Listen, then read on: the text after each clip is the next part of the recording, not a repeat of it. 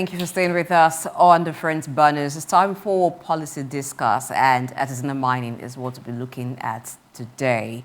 That's a type of mining where you have like subsistence miners, people who do mining on a small scale. There's several of them in Nigeria. In fact, when we talk about the mining industry in Nigeria, it's almost as if it's about artisanal miners, not to say that we do not have big corporations who are involved in mining, but there are several artisanal miners in the country. We look at what is the requirement for one to be approved or licensed for artisanal mining in Nigeria, what have been the contributions so far in the mining industry, and there are disadvantages of having artisanal mining in the country. So these are the areas that we'll be focusing on today. To handle the discussion, we have joining us virtually Ojeka Patrick, Director retired in the Ministry of Mines and Steels and Development. He joins from Abuja. And we also have joining us Dr. David Chiedu, Director Policy, Planning and Strategy, Nigeria Extractive Ministries Transparency Initiative, NITI. They're both joining from Abuja. Good morning, gentlemen. Welcome to the show. All right, it's great to have you, Dr. David Chiedu, and Ojeka as well. When we talk about artisanal mining, I've given just a brief intro about that, maybe a surface scratch of it. But I'd like you, Dr. David, to talk to us about what artisanal mining is. I also get the reaction of Ojeka on that as well.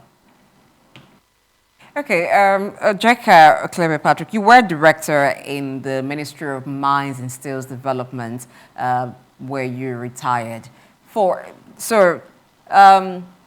Bassi has talked about the artisanal miners and how not well regulated they are. Could you speak to how they come about and how they're licensed or approved for operation, and what happens within the space of regulation for artisanal miners? So I have two gentlemen in the studio with me. David Chiedu is one of them, and Dr. Idahosa Osamhanze is the other gentleman here in the studio with me. So David and Dr. Idahosa would also be asking questions about artisanal miner today. Dr. Bassi, now let's come to you for this one. We understand that there are some cooperatives that have been, created by the federal government to tackle the, spate, let me use that word, of illegal mining, because we know that these artisanal miners in some cases have bordered on doing things without proper regulation and being properly accountable, as it were. And so because of that, the federal government, through the Ministry of Solid Minerals Development, formalized the activities of 250 small and artisanal miners into cooperatives as part of efforts to help these artisanal miners transition away from activities that could be regarded as illegal to being properly accounted for, being properly regulated. So far, how's that panned out in your view? Dr. Bassi? Dr. Bassi, can you hear us? Hello? Dr. Bassi, are you there? All right, if you cannot hear us, let's take your thoughts as well, Mr. Kleber, if you can hear us.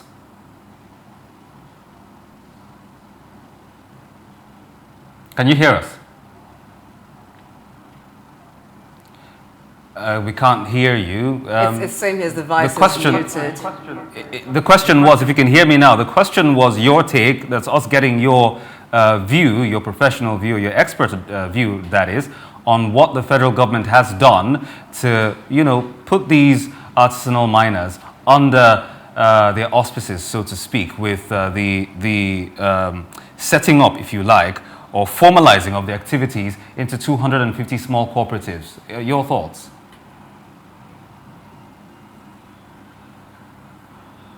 I think we're having some technical issues there. All right, Doctor, let's get into this right now. We've had varying numbers of statistics coming out of particularly the northwestern part of the country with regards to this issue that is on the front burner today, talking about artisanal mining.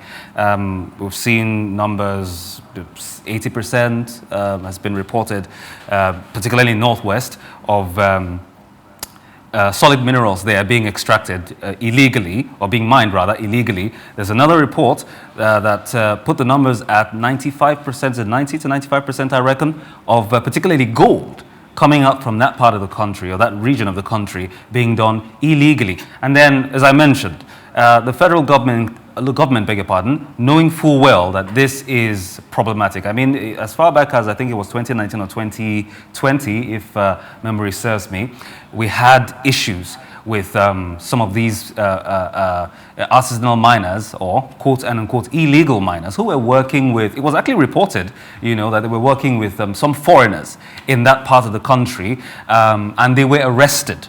You know, the locals and the foreigners who were doing these things in cahoot. So, you know, fast forward to the advent of the ministry, because it was formerly the Ministry of Mines and Steel, and now the Tinubu administration has made it the Solid Minerals, Ministry of Solid Minerals Development. So they have, you know, set up these cooperatives to incorporate these artisanal miners into the fold, to make them accountable. How do you see this panning out, Doctor? Well, I think Dr. Ojeka made a very fundamental point while trying to respond to the question of that Blessing asked about what really is artisanal mining. And what struck me in that conversation was the fact that he alluded that historically mining was a very, very lucrative venture in Nigeria, and that there were a whole lot of people, especially in the Plateau region, who had invested in it. And with the military indigenization policy of the late 1970s, created a stalemate that actually made those investors to leave.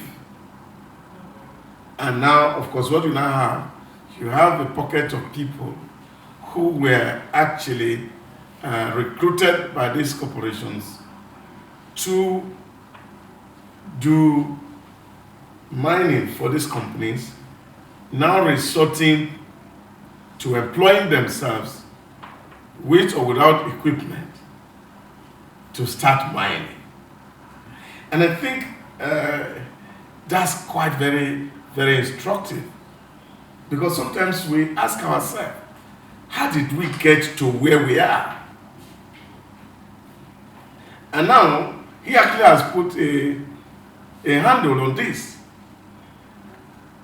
That gap created by the indigenization policy when Nigeria was flexing muscle. You know, in my village, he said that when a child gets into the bush and find where there's a tuber of yam inside an uncleared bush, and he brings it home, he comes tell his parents and say, let everybody be eating their meal, without realizing that he has just a little. And I think these are fundamental issues that actually has affected us over the years. Now, what have you created? You have created an army of people. You have taken job away from them. You have not provided job. And now, in their successions, according to him, their parents were doing it, their grandparents doing it, their parents are doing it. Who had getting themselves in here and see it as a means of livelihood, because since the 1970s, when the indigenization policy happened, nobody has looked after them. And now you want to take that food away from them. Now you can see what's responsible for the violence in that region. And I think that we have to deliberately look for a way to sort out this issue. Maybe in the same way that the issues in the Niger Delta were resolved through amnesty, and see how we can recover these people.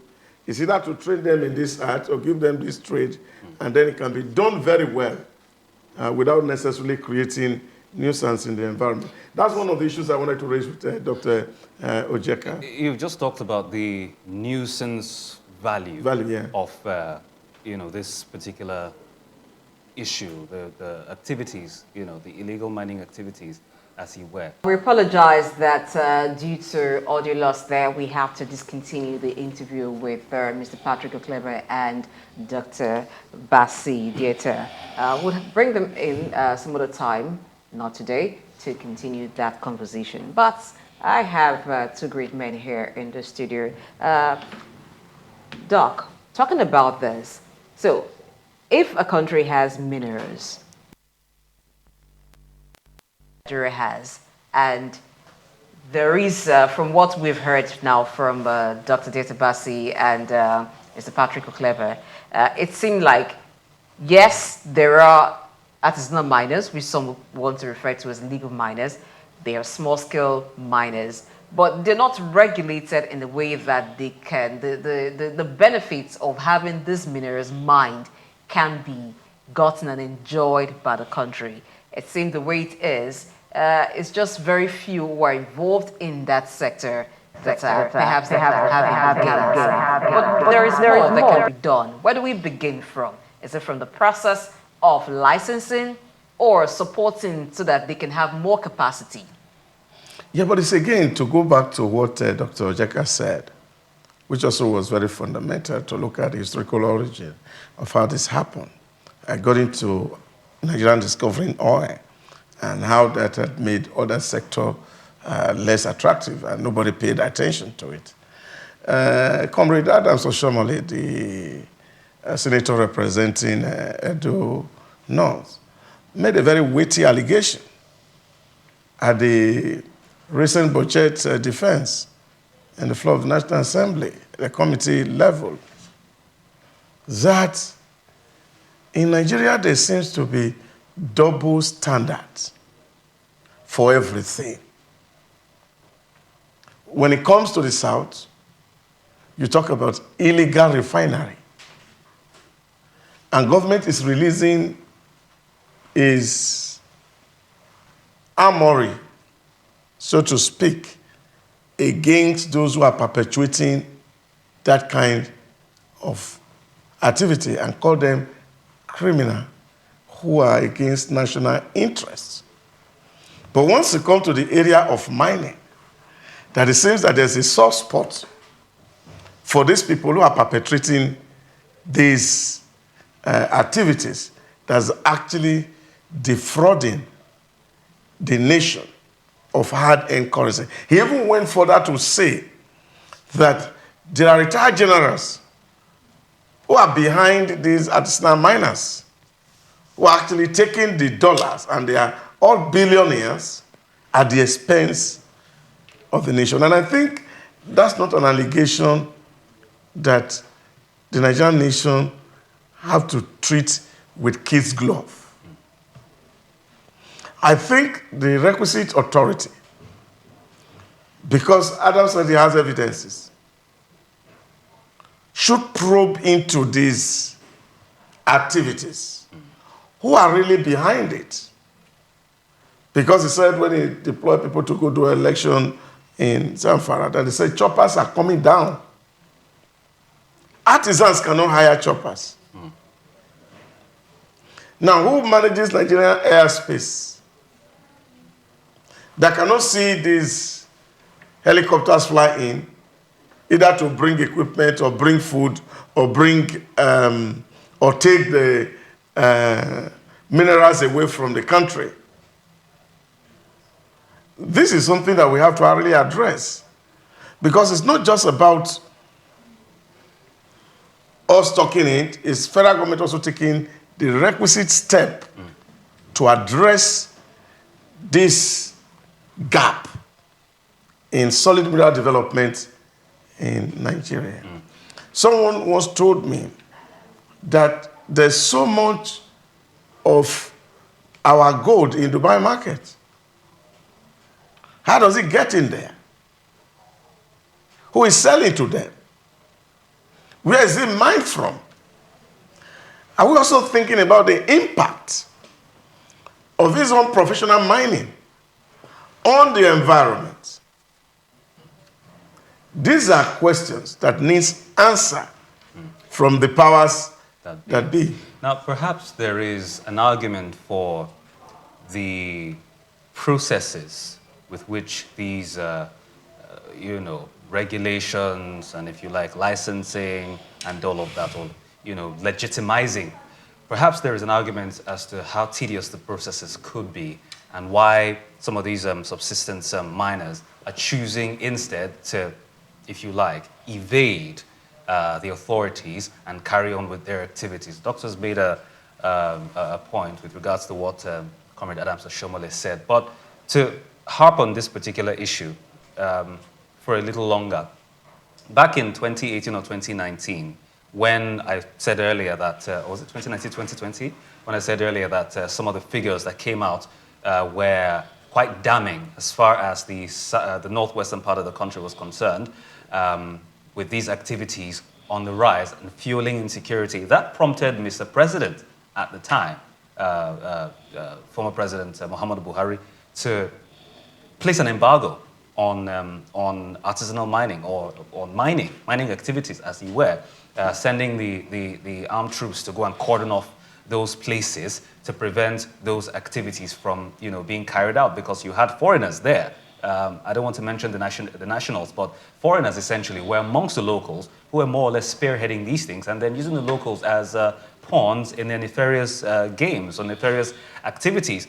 So that prompted that executive action to be carried out that time. So again, back to what I was saying about the processes involved that could possibly maybe have spurred these locals to keep doing what they're doing as opposed to being properly recognized. Now, as prescribed by the by sections 49 and 90 of the Nigerian Mining or Minerals and Mining Act of 2007, all small, small-scale miners must acquire a lease from the Ministry of Mines or Ministry of Solid Minerals Development, as it were, to carry on business. Now, what this means is that the first step to formalization would involve the ability of these miners to obtain a lease, first of all. Yes? Now, while the Mining Act allows artisanal miners to obtain this small-scale mining lease, the processes therein are difficult and are quite pricey or quite expensive, which, again, in some regard, lends credence to what I'm saying with regards to the processes and how it could possibly be, fueling, or if you like, possibly be leading to more of these people trying to evade being regulated or trying to evade being recognized because it's difficult for them to afford. Now, that's by the way. Let's also look at it from the angle of what Dr. or rather Mr. Clever said earlier about our history with solid minerals in this part of the world. Once upon a time, it was what we had under the earth that was solid. And then, as the years went by, we discovered what was under the earth that was liquid, or if you like, semi-solid, as the case may be. But with regards to what is solid, we're talking about our gold, we're talking about our copper, our zinc, our iron ore, our lead ore, our dolomite, and a lot of other things. I keep telling people, whoever it is that is interested and whoever it is that cares to listen, as far as national issues are concerned, that Nigeria, broad strokes, in the global scene, has absolutely no business trudging with hands and foot on the floor, because we have everything we need to be one of the top nations or top economies of the world. If you look at some of the thriving economies of the world, what are they surviving on? It is what they have, what they get rather from other countries, not necessarily what they have. What do the likes of the Netherlands have? What do the likes of Switzerland have?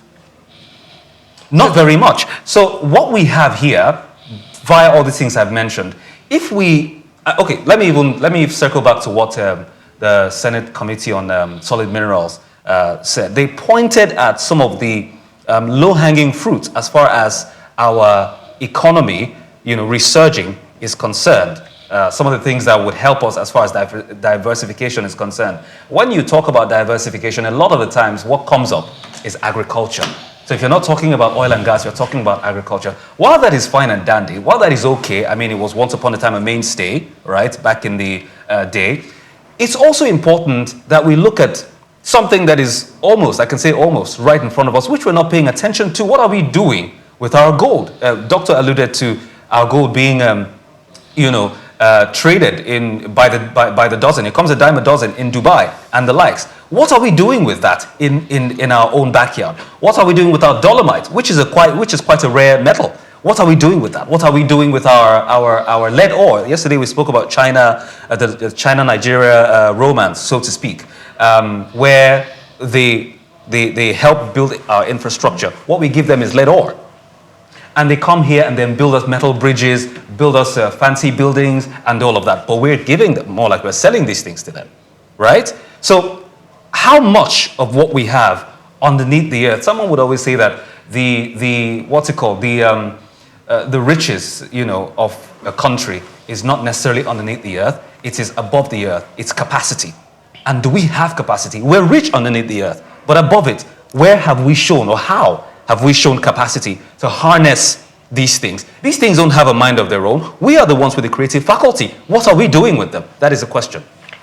Capacity is not something that anybody was born with. People build capacity. So the question of, do we have capacity? I think the answer to that is, we do not want to have capacity, because building capacity takes a lot. It's hard work, it's dedication, it's patriotism, and so many other things. It's transparency even. But it's quite easy to just settle for what's very easy. Maybe that for us is a low-hanging fruit. And we're very comfortable as a nation to be able to access the low-hanging fruit. Because after all, people can just mine using all sorts of means, even the ones that have deadly environmental consequences. And then access the raw gold, the raw minerals. Give to those who build capacity. They refine it, it becomes very expensive. Now, for a resource that miners can easily just access, the finished product is very expensive, that for the people here to have access to it, it costs an arm and a leg. You know how much gold sells for? You want to buy a good jewelry, for instance. You know how much it sells for if you want original gold. So, but in places where they do not even have the gold deposits, they are able to purchase these things more easily than the people who have the natural resource. That's very laughable. And in a time like this, over the years, Nigeria has had issues building capacity to harness its resources. We have that with crude oil. We still have that problem with crude oil. Well, thankfully now, we have some local refineries springing up after how many years? Oh, someone could say, yes, we had about 3 national refineries, but for a very long time, they were not working. Now the solid minerals industry is still having that problem. In fact, it is even less developed than the oil industry. But we have the Ministry of Mines, Steels and Development. We have the extractive industry, NATI. Together, how have they been able to build capacity for this industry? That's why I said capacity costs a lot. But we're not willing to put in that transparency, that framework that will enable even the artisanal miners build capacity, because it just seems to pay a few people when the activities that goes on there is shrouded in some secrecy, is shrouded in some disorganization, that it's almost very hard for you to point a finger at those who are not doing things right. And so it's business for those who are buying, because then they will buy cheaply. But if you have a framework that makes it more organized, that everything is detailed, from entry into the business to the type of machinery that you would need, to the guides, to the practices there, and even how what is being mined leaves the country. If everything, there's transparency about it and is very detailed, then it will be hard for people to buy cheaply into it. It will be hard for people to take it as just personal business or personal compensation. Even if people had access to it over a period of time as some sort of compensation or because they're locals, there can be an arrangement where these things are done properly, so that those in the area, there's some development that goes to them, those in some of it gets to the coffers of government, and those in the country have some form of benefits because the finished product is in the country, it's been done in the country, so they can have access to it as benefit that we are producers of this, not something that we're just too concerned and too comfortable with being the primary producers of this. For how long do we need to continue? Do we need to be at the mercy of those who are buying to say, okay, what we need to do now is to establish some factory here, some industry here that will ensure that we do not just buy the raw materials, we also process here. What happens to us investing as a nation? Rally around some local investors to have production at some level here so that we can get the full benefits of this. But like I said, it seems to pay a few when these sectors are not organized. And so there is no willingness to properly organize the sector.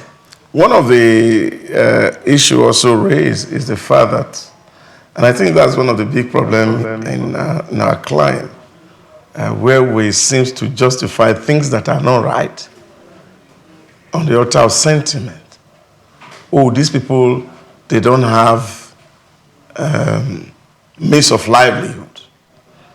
And then we can just allow them to continue to take it, which is, of course, the double standard that Adams alluded to. Now, I also checked that cadastre has categories of licenses. Small artisanal mining license. They have the process or purchase license. And they also have licenses for buyers. Now, which enable people to keep some of all these things in the warehouse and all of all this. Now, we cannot tax them because they are small miners, according to our guest on the show this morning. But they're in business. And they are tax exempt. But they're in huge business. Because the minerals they are selling, they are sold at very exorbitant rates. And the nations lose out. There was a data that came out recently on contribution to VAT and the rest of it to the Consolidated Revenue Fund that State shares from. It's appalling what comes from this region. And how they are feeding fat, which of course was one of the arguments, especially that is raised from Bauchi, that they don't want to agree to sharing VAT by derivation. And I think those level of inequality has to be addressed. And that's the only way to build a nation that's working for everybody. Where people have to, you see, how can you have gold in your soil and are relying on the oil that is in another or gas that's in another person's environment? And then you are protecting yours and allowing illegal activity to operate, or you can call it under regulation. But the nation is losing revenue and we are borrowing so much money. So why can't government begin to take resource from this area to develop those capacities? Every time you talk to people within the sector, especially the solid mineral, they tell you, oh, it's capital intensive. Government must begin to put money that even if a private individual cannot do it, let government presence be felt and security provided so that the criminal elements that are taking over that zone, who today use their gun to protect miners, tomorrow they use it for kidnapping or banditry, can actually be contained. And then we have peace in Nigeria. And then that creates a real atmosphere for foreigners or those who have the money to invest in those sectors and create wealth for the people who live in those surroundings.